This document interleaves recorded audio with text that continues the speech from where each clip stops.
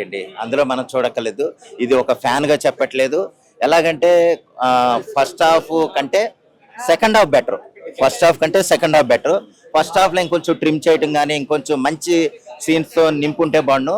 పూర్తిగా ఏంటంటే సినిమా మీద అంటే స్పోర్ట్స్ డ్రామా మీద కాన్సన్ట్రేట్ చేసి దాని మీద సినిమా తీసుకెళ్ళాలంటే ఏంటంటే మనకి కొంచెం ఏమన్నా అనిపిస్తుందేమో, ఇంకొంచెం బెటర్ గా స్క్రీన్ ప్లే చేసి ట్రిమ్ చేస్తే బాగుండేమో అనిపిస్తుంది. ఏది ఫస్ట్ హాఫ్ కి.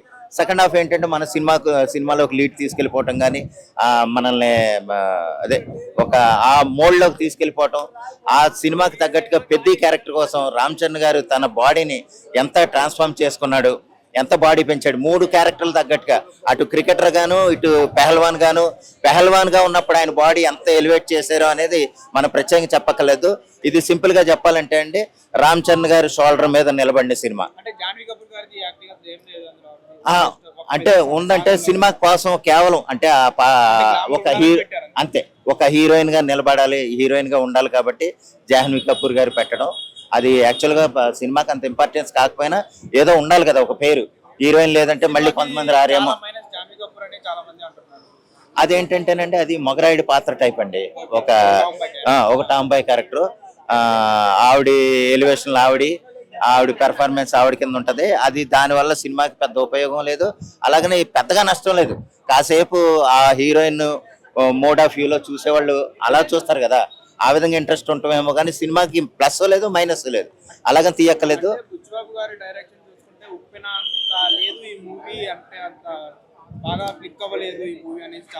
అది మనం అలాగ అనుకోక్కర్లేదండి, ఎందుకంటే ఇది ఫస్ట్ హాఫ్ వరకు అలాగుంది.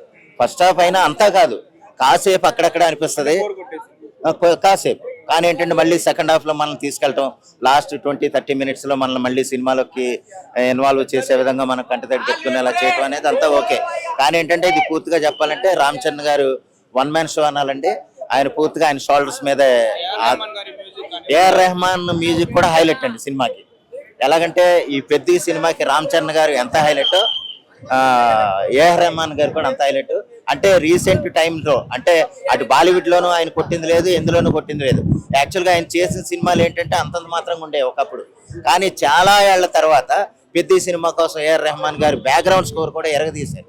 అంటే సినిమాకి ఎంత natural, at the same time modern గా ఎలివేట్ చేయాలి, అంత మోడర్న్ గా ఎలివేట్ చేయరు. అది కేవలం ఒక తెలుగు సినిమానో లేదా పాన్ ఇండియన్ సినిమా అని కాకుండా ఒక క్లాసిక్ బ్లాక్ బస్టర్ కింద ఆయన బ్యాక్గ్రౌండ్ స్కోర్ ఉందండి. రామ్ చరణ్ గారి తర్వాత హైలైట్ ఎవరిదన్నా చెప్పాలంటే కనుక మనకు ఖచ్చితంగా ఏఆర్ రెహమాన్ గారు అని చెప్పాలి. తర్వాత అప్పల్ సూరి గారి క్యారెక్టర్, తర్వాత రవికృష్ణ గారు, భూమన్ ఇరానీ గారు మంచి పాత్రలు ఉన్నాయి. దానికి తగ్గట్టుగా మనం చూడాలి. ఢిల్లీ ఎపిసోడ్ ఒకటి హైలైట్. అలాగే అది అంటే ఒకప్పుడు మెగాస్టార్ చిరంజీవి గారు ఆపద్ బాంధవుల్లో చర్చ సీను ఎంత గొప్పగా చేసి అందరినీ మెప్పించారో, ఇలా రామ్ చరణ్ గారు నటన కూడా అందరినీ మెప్పిస్తుందండి, అందులో సందేహం లేదు. హిట్ అనుకోవాలండి, బ్లాక్ బస్టర్ హిట్, అందులో సమస్య లేదు. అంటే కొన్ని ఏ సినిమాలోనైనా సరే మనం నిజంగా ప్రతి సెకనం బాగుంటే కనుక మనకు 1,00,000 కోట్లు వచ్చేస్తుంది సినిమా. కానీ ఏంటంటే మనకి 1000-1500 కోట్లు చాలు కాబట్టి అంత గొప్ప సినిమా అంటంలో సందేహం లేదు. లేదా ఈ 2-3 రోజులు ఏమన్నా ఇంకొంచెం ట్రిమ్ చేసి ఏమన్నా సినిమాని మళ్ళీ దించుతారేమో చూడాలి. ఓవరాల్ గా లేదమ్మా, అంటే ఉన్నా కానీ ఇటువంటి స్పోర్ట్స్ డ్రామాలు చాలా ఉన్నాయి మనకి. జెర్సీ ఉంది, లేకపోతే గురు ఉంది, ఇలా కొన్ని ఉన్నా కానీ దీని పందా ఇది వేరు. క్రాస్ ఓవర్ అథ్లెట్ కింద తీయటం అయితే మనకు అనిపిస్తుంది. కానీ ఏంటంటే ఇది రామ్ చరణ్ గారి దృష్టిలో తీసిన చూడాల్సిన సినిమా కాబట్టి రామ్ చరణ్ గారు వన్ మ్యాన్ షో. రేటింగ్ 4/5 ఇస్తానండి. జై జనసేన. నాకు థియేటర్ లో sorry for the disturbance, theatre లో అరిచి నాది కొద్దిగా థ్రోట్ పోయింది, ఏమనుకోకండి. సినిమా మాత్రం complete super hit block buster. Cinema మాత్రం ఏమాత్రం తీసిపోదు. అన్ని విధాలుగా రామ్ చరణ్ ని ఎలా చూపించాలనుకున్నాం కొత్త కోణంలో అతనిలో ఉన్న నటన స్వరూపాన్ని మళ్ళీ ఒక నెక్స్ట్ మిట్ ఎక్కాడని నేను అనుకుంటున్నాను. రామ్ చరణ్ యాక్షన్ మాత్రం చాలా కంప్లీట్ నీట్గా ఉంది.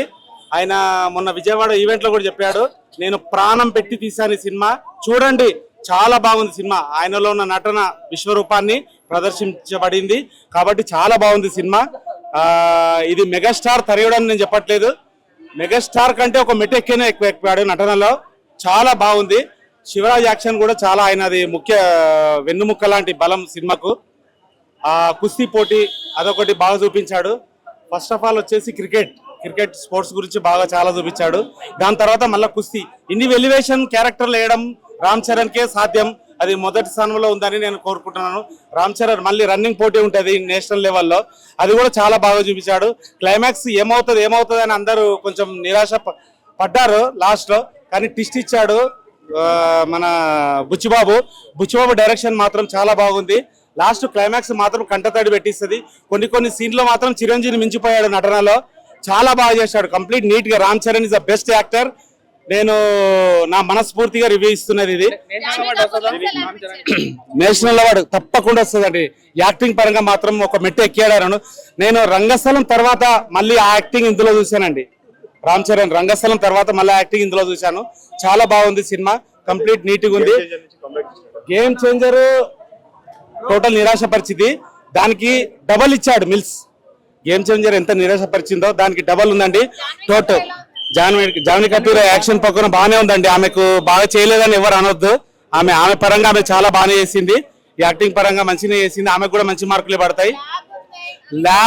లాగ్ ఏం లేదండి. కూర్చున్న సేపు మైండ్ పెట్టి సినిమా చూడాలి, కొంచెం ఆలోచించి చూడాలి సినిమా. హీరోయిన్ ఉండాలని కాబట్టి జాన్వీ కపూర్ ని పెట్టారనేసి అంటున్నారు. అట్లేం లేదండి, అవి అన్ని ఊహాగాలు.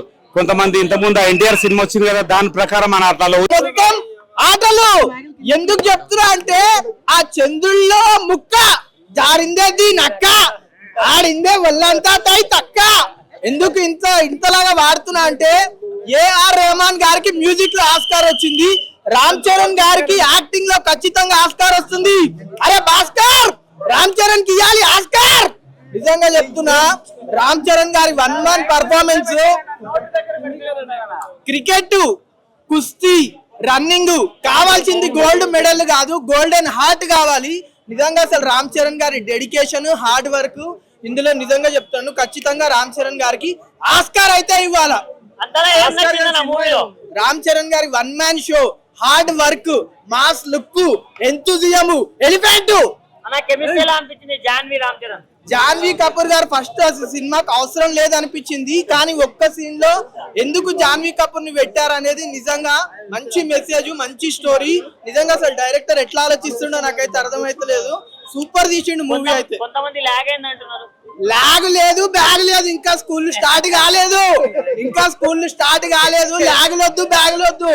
నంబర్ 1 సినిమా. మున్నభయ ఎవరు? ఆడొకడు పుష్ప సినిమాలు ఉంటాడు, ఆడో ఆ సినిమాలో లంగాయి సినిమాలో దొంగ. వాడు హీరో కాలిర కొడతాడు, వాని కాలిర అసలు ఆడు ఏడుండు.